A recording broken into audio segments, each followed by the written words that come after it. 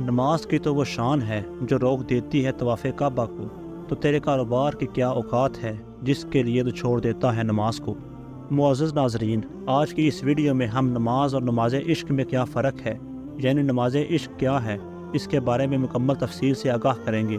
میری آپ سے گزارش ہے کہ ویڈیو میں اینڈ تک بنے رہیے گا۔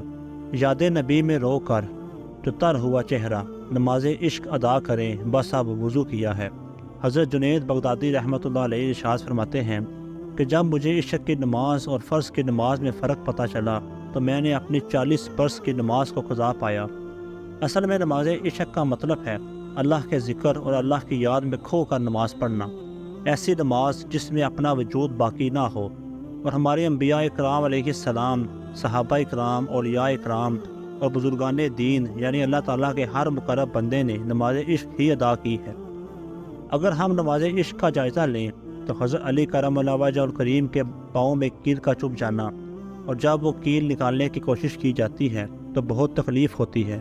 تو آپ رضی اللہ تعالیٰ عنہ ارشاد فرماتے ہیں کہ جب میں نماز کی نیت کروں تب یہ کیل نکال لینا کہ میں اس وقت میرے رب سے محو گفتگو ہوتا ہوں، میرا وجود میرے ساتھ نہیں ہوتا، گویا مجھے تکلیف کا احساس نہیں ہوگا۔ محترم ناظرین، یہ نماز دراصل نماز عشق ہے۔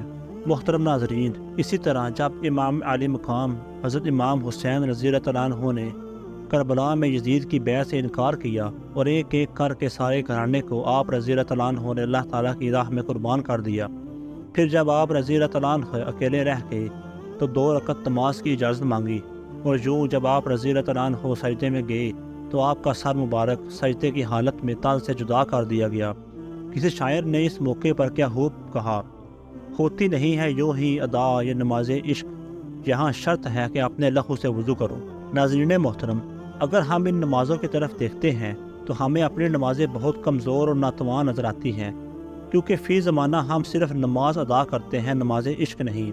ایک دفعہ حضرت جنید بغدادی رحمۃ اللہ علیہ اور ایک بزرگ جنگل کی طرف چل دیے۔ راستے میں نماز کا وقت ہو گیا تو نماز کی ادائیگی کے لیے رکے۔ اب دونوں ایک دوسرے سے گزارش کر رہے تھے کہ آپ کا رتبہ بڑا ہے، آپ نماز پڑھائیں، اور ایک دوسرے سے ضد کرنے لگے کہ ایک لکڑ ہارے کا وہاں سے گزر ہوا۔ اب یہ دونوں اسے دیکھ کر پوچھتے ہیں کہ کیا آپ نماز پڑھا دیں گے؟ تو اس نے لکڑیاں ایک جگہ پر رکھ کر کہا کہ اس میں کون سی بڑی بات ہے، اور وہ نماز پڑھانے لگا۔ اب لکڑ ہارے نے کسی سجدے کو لمبا کر دیا تو کسی سجدے سے سر کو جلدی اٹھا لیا۔ محترم ناظرین، جب نماز ختم ہوئی تو دونوں بزرگوں نے اس لکڑ ہارے سے اس کی وجہ پوچھی، تو اس نے کہا کہ جب میں سجدے میں سبحان ربی الاعلی کہتا تو مجھے جواب آتا تھا لبیک یا عبدی۔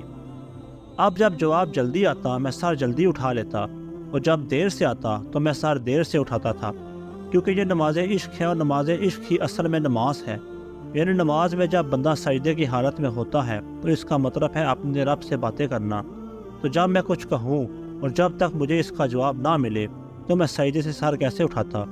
محترم ناظرین، اس لیے کہا جاتا ہے کہ نماز ادا نہ کرو بلکہ نماز عشق پڑھو، اور جب نماز عشق میں بات ہو تو حضرت علی کرم اللہ وجہ الکریم کی وہ نماز ہم کیسے بھلا سکتے ہیں کہ خیبر کے کریم مقام صحابہ میں حضور اکرم صلی اللہ علیہ وآلہ وسلم نماز عصر پڑھ کر حضرت سیدنا علی المرتضیٰ شیر خدا رضی اللہ تعالیٰ عنہ کی گود میں اپنا سر اقدس رکھ کر سو گئے تو آپ صلی اللہ علیہ وآلہ وسلم پر وحی نازل ہونے لگی۔ حضرت سیدنا علی المرتضیٰ شیر خدا رضی اللہ تعالیٰ عنہ سر اقدس کو اپنی آغوش میں لیے بیٹھے رہے یہاں تک کہ سورج غروب ہو گیا، اور آپ صلی اللہ علیہ وآلہ وسلم کو یہ معلوم ہوا کہ حضرت سیدنا علی المرتضیٰ کی نماز عصر قضا ہو گئی۔